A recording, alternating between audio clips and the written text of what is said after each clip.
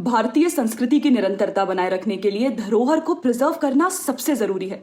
Indian history में पहली बार एक ऐसा प्रधानमंत्री कार्य कर रहा है जिसे इस विषय की डेप्थ और सीरियसनेस की नॉलेज है और जो ये जानता है कि एक्शंस और शब्दों से कैसे दुनिया भर से भारत की टैंजिबल धरोहर को वापस लाना है।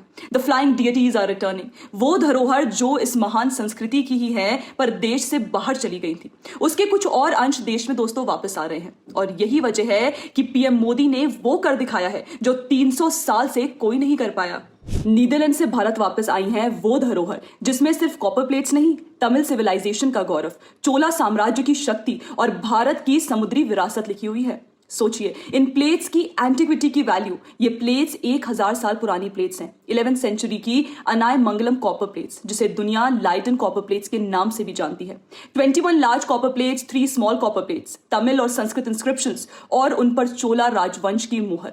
ये कोई देखिए आम या नॉर्मल म्यूजियम पीसेस नहीं है मित्रों, ये वो दस्तावेज है, संस्कृति की वो डॉक्यूमेंट्स है जो बताते हैं कि राजा राजा चोला 1 और राजेंद्र चोला 1 के दौर में भारत सिर्फ एक लैंड पावर नहीं था बल्कि भारत एक मैरिटाइम सुपर पावर भी था। इन प्लेट्स में लैंड ग्रांट्स का रिकॉर्ड है, टैक्स अरेंजमेंट्स का रिकॉर्ड है, तमिलनाडु के नागापट्टिनम के चूड़ामणि विहार का मेंशन है और सबसे इंपॉर्टेंट, ये प्लेट्स बताती हैं कि चोला एम्पायर का कनेक्शन, उसका विस्तार तमिलनाडु से दक्षिण भारत से साउथ ईस्ट एशिया तक था।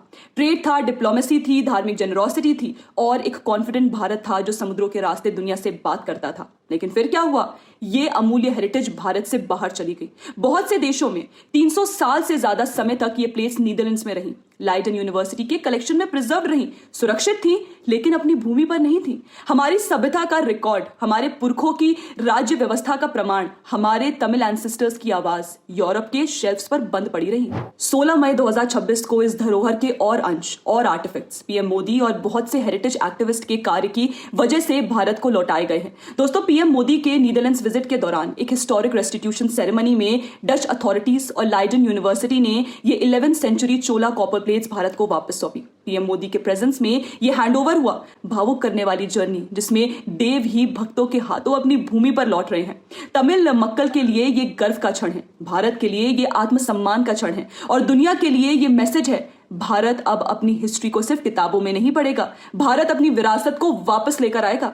2014 में मोदी सरकार ने बागडोर संभाली और 2014 से मोदी गवर्नमेंट ने 600 से ज्यादा इंडियन आर्टिफैक्ट्स वापस लाने का काम किया है। Idols, sculptures, manuscripts, heritage objects जो कभी चोरी होकर, लूट होकर, कॉलोनियल नेटवर्क्स के थ्रू बाहर चले गए थे, आज एक एक करके भारत लौट रहे हैं। और ये सिर्फ रिकवरी नहीं है, ये कल्चरल जस्टिस है। चोला साम्राज्य ने तो भारतीय संस्कृति की काया ही पलट दी थी,